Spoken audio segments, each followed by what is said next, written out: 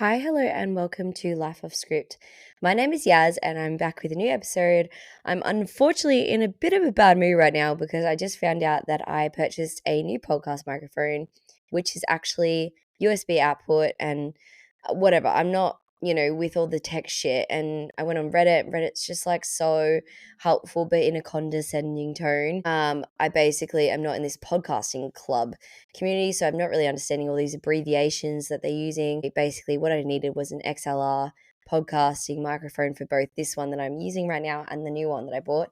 And instead, they're both USB, so I'm actually fucked, which is great. So I need to resell this one or return it or whatever the fuck and buy all this new shit and equipment. So anyway, I was like, you know what, I'm going to record this podcast now and then do all the shit, and then hopefully in the next 2 weeks I'll have this new setup and you guys won't even know the difference and only know about it because I've just mentioned it right here, right now. So anyway, whatever. Clearly I can't do my research. I wanted to talk about being homesick, but then equally sick of home. Well, in my case, I was sick of home. I was sick of how I felt. I felt like I was a bit stifled in my town, and I just didn't feel like I felt like I was damaging something, a part of me, basically, a poisonous way. Like I just felt like I was really stifled and I didn't feel like myself. And I didn't know where to find that. But I knew that I needed to get the fuck out of there. So I was a bit sick of home, and I was like sick of the life that I was leading there. I'm really frustrated because I actually recorded this podcast episode and then I realized I was on the wrong setting and I actually sounded like a turd had tried to speak into the microphone. So the quality was not there. So I've had to re-record it. So um, I might be going fast with things, but that's because I've already bloody talked about it and I've already said it in my slow, articulation. Now I'm just gunning through it because I know exactly what I'm trying to say. Anyway, I feel like I never felt homesick when I was away traveling. I never felt homesick with really anything that was like long and, I was away from my family and friends. I could deal with it. Like I was really quite, I don't know, not resilient, but I just never felt that homesickness that everyone always talked about. Like my sister would always be like, I'm so homesick in Switzerland when we'd go to see our family that are there for a few weeks. Like, by the fourth week, she's like, I'm really homesick. And I'd be like, what the fuck are you talking about? Like, I'm having the time of my absolute life here. There is no way I miss home at all. So I had that sort of mindset. And then, of course, I'm like, well, when I move to London, I'm not going to feel homesick. Like, what do you mean? I'm just going to be like so excited about everything and, be happy. And I'm not even going to think about my parents, my family, and my friends, which is just not true at all.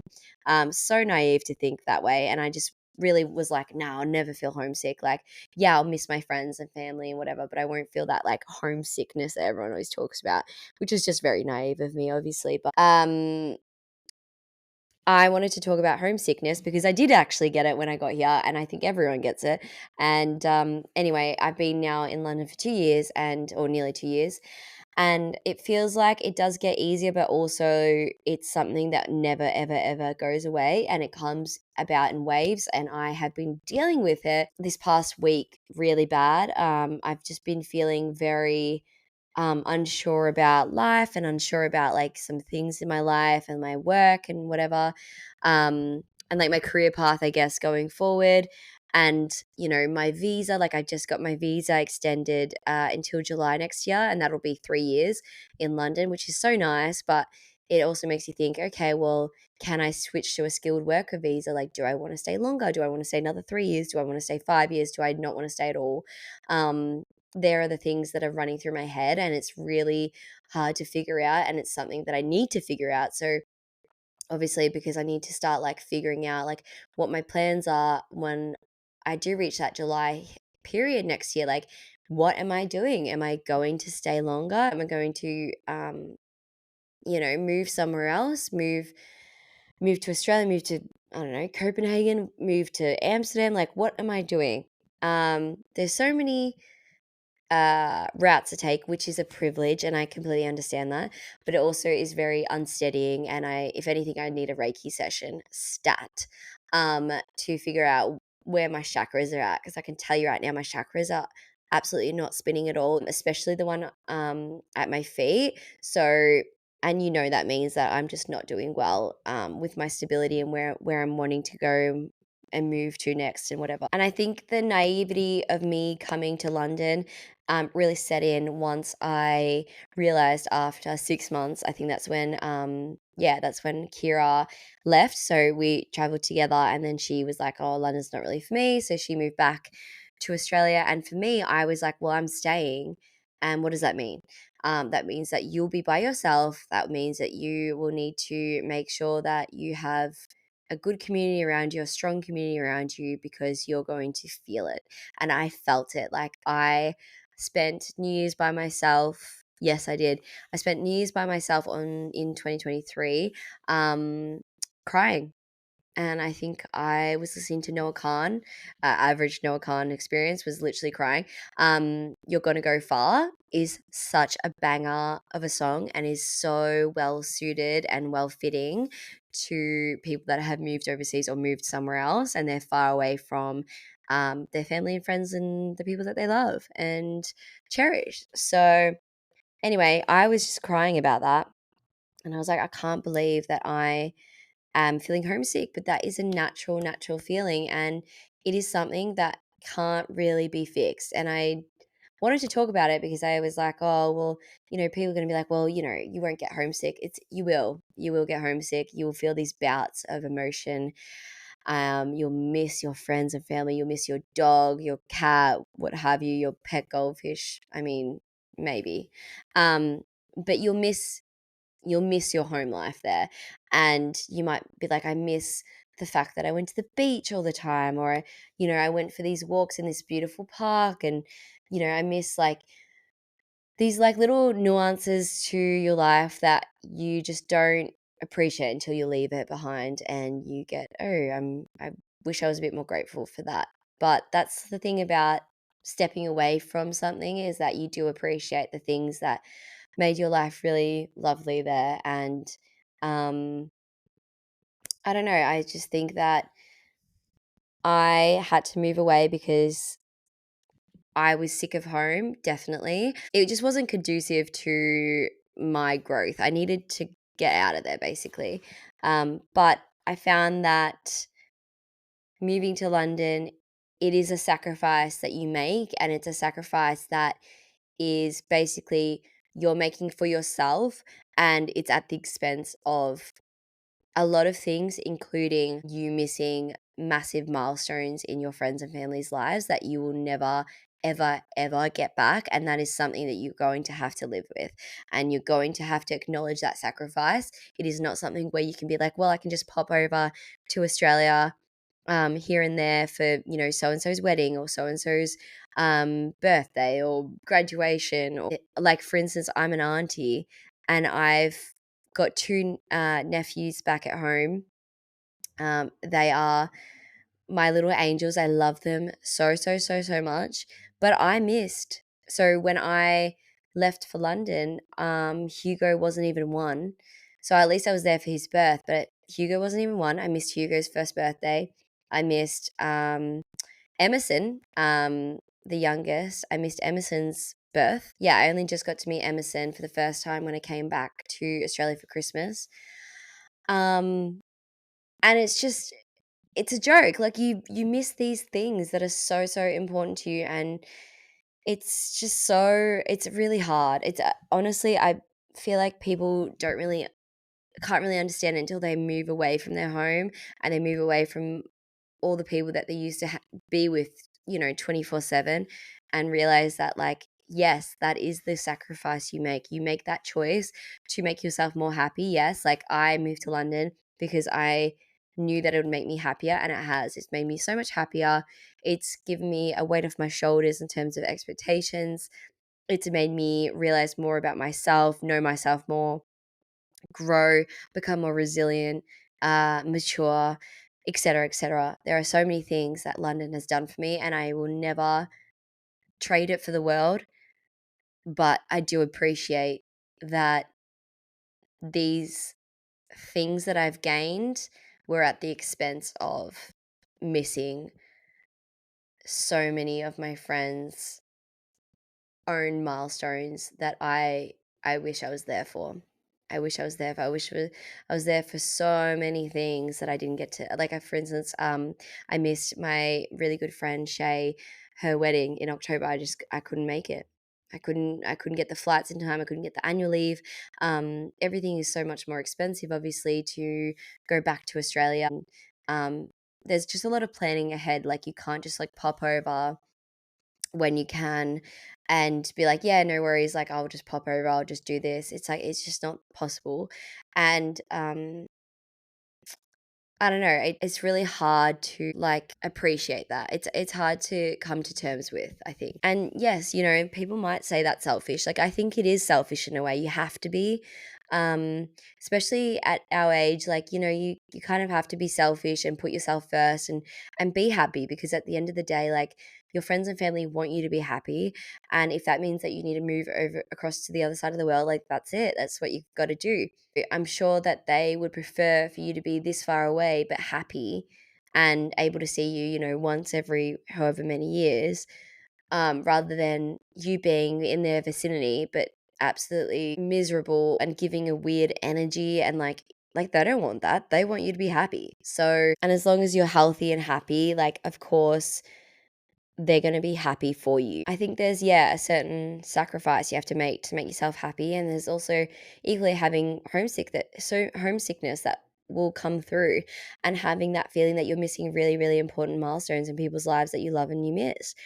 And there's something to come to terms with, and there's no fix to it. There's no solution. But there's things you can do that will make yourself feel better, and that's what made me feel better, at least, because I've been feeling, as I said before, really homesick this week. And it's things that connect me to home. So my mum has this funny thing where she doesn't drink milk. She just doesn't like milk. So when we grew up, she would have cereal with orange juice instead of milk. Now, hear me out, because it does sound insane, but it actually tastes really good. I wouldn't recommend having it every day because it's just a sugar rush, but having it with like Special K, like a brand type of cereal, um, it's really yum and I actually love it. So I've been planning to have that this week to make myself feel better and make myself feel a bit more, you know, uh in tune with my mum and her weird little things that she does. Equally, I go for walks. I actually create a lot of playlists on Spotify, but I have this one called Homesick. And it's basically just a lot of Australian music, a lot of Triple J music, but just generally Australian music, and listening to Australian accents. And I don't know, it makes me feel more connected to Australia, because I think sometimes as well, it's like you're in London, you do feel this weird, like, I'm hearing so many British accents. It's nice to hear a real Aussie accent. And so I have a homesickness playlist where I just play all my favorite songs from Australia or Australian artists that I used to listen to when I was back in Australia. And it just makes me feel so much better, more connected to Australia. I also, in the same breath, I also watch a lot of Australian shows. So, uh, Kath and Kim is a great one that I watch, that makes me feel so much more connected to Australia. Funny story about Kath and Kim, me and Shay, who I mentioned earlier, she and I love Kath and Kim, and we lined up for an hour and a half to go to the Kath and Kim house, which was in East Melbourne. I think it was like, oh, I can't remember where it was, but I'm sure she would have the answer for you. Um, and it was a beautiful summer day. We made friends with people in the line, and then we got to go into the house. It was actually iconic. And we had such a ball, and it was just so much fun. And the reason they were doing the house tour was because, oh yeah, the people that were leaving, that owned the house, they were selling it off. So they did this like last like hurrah for Kath and Kim, and yeah, everyone just lined up and saw it, and it was just so much fun. Like, I actually loved that. So I do watch Kath and Kim sometimes. I also watch Thank God You're Here, like old episodes of that, and like Have You Been Paying Attention. I also listen to a lot of Aussie podcasts. Hamish and Andy's always a classic. And I also listen to Frooms, who is just like one of my favorites at the moment. She is so funny, and she had a podcast with Flex Mummy that I was absolutely adored when it was on. So I listened to that. So yeah, I've been feeling a bit homesick lately, and I wanted to share that I don't think it ever really goes away, which is probably a bit scary to say. And it's probably scary for people that move over, but it is something that is very natural to the fact that you've moved across the other side of the world. And it starts immediately once you've moved. Like, you have forever changed your perspective of home as soon as you move to London, because you will feel this weird like homesickness when you're in London for Australia. But then equally, once you start to connect with London and you're there for a while and you start to like really make London a life of itself, you will then feel this weird homesickness when you're in Australia and you go, oh, I miss London. Like, I miss my home there. And so you will never escape it once you've moved over here. Now it's like there will always be a place wherever you live, wherever you move to in your life, that you will feel like, well, I will never find a place in the world where everyone I know and love will be in the same place. That is impossible. And as you get older, that will get worse and worse. So you need to just come to terms with the fact that wherever you are, you will miss someone. Wherever you are, you will miss someone, whether it be your family, whether it be your friends. And I can't even fathom that I've nearly been here 2 years. Like, it's just bizarre to me. Like, I just think, wow, like it's gone so fast. But I just wanted to say that I do feel like now that I've been here nearly 2 years, it's like this place is my home. Like, I don't want to say it's just like a place that I've like lived at. I've made a home here. I've made a community here with people that I love and cherish. And I don't know how to explain it except that there's this weird sense of having two different homes, um, and feeling differently at each home as well. Like, if you've always lived in Australia or your home country and then you move over, it does take a while to, gain footing and figuring things out and exploring. But there's a point where you do feel like this is actually where I live and this is my home. And I know the best places for food and for coffee, and I know the best park to go to, and I know the best wine bars and pubs and everything else. Like, you create a community and a village inside of this move that makes you really confused, and it can feel like this weird like, well, where do I belong situation. And I think you will find a place no matter where you are, as long as you have your friends and family there. There's just two parts of you, I guess, that connect to both areas and both communities. At this day and age, I feel like I just need to appreciate that anywhere I go and anywhere I choose, as long as it makes me happy, people that love me will be happy for me. And we have so much technology at our fingertips. We can really reach out and speak to different people and friends and family, and, all the way overseas, thousands of miles away, and it'll still be okay. And I think that's really nice that, we should appreciate that we can FaceTime our mum, our dad, our siblings, our friends, whatever. There's so many ways we can connect, which is exciting. But yeah, the homesickness that I've been having this week has just been really tiring and exhausting. And I think it's because, when you do move to London, you're like, wow, it's going to be so much fun and I'm going to have the best time ever.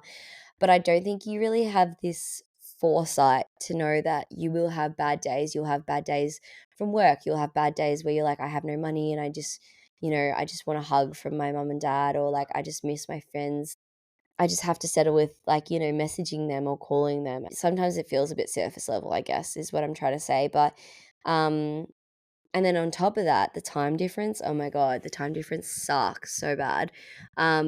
Yeah, like you can see and talk to them in the morning and like late at night. But the issue I have is that you will find that you will have like, oh yeah, I might have a great morning, but then midday something fucked happens and you'll be like, oh, I'd love to cry about this right now, but it'll be another 5 hours until my mum and dad wake up, and I wanna cry with them. So, I'll have to put that aside for now and, sort my shit out and then wait for them to wake up, and then I can call them and be upset. I don't wanna undersell it. It's really tough. Um, but I think it builds resilience, and that, haven't I don't think people that haven't moved overseas really understand it, which is that you have to figure out ways to compartmentalize or like time your emotions based on the the schedule of my friends and family from back home when I want to speak to them about certain things. So it's a weird feeling, honestly. But a good counter to that is that if you build a really good community here, you will have people that will always understand and connect with your circumstances. And that means also they will feel that homesickness too. And I'm sure they will also be like, wow, yes, I completely understand that. This is what I do to feel better. And yeah, there's a plethora of ways you can really minimize your homesickness, but I don't think it ever really goes away. And I don't think you can ever cure it or, um, yeah, fix it. I think it's more of a cope with. I think the ways to get around it is yeah, doing things that make you happy, doing things that connect you with your hometown, connecting with your friends and family, like making sure that you schedule time to like talk to them and FaceTime them and message them and knowing that they do think of you. They haven't forgotten about you, dull. Don't worry. Compromise when you can. Like for instance, that wedding that I missed.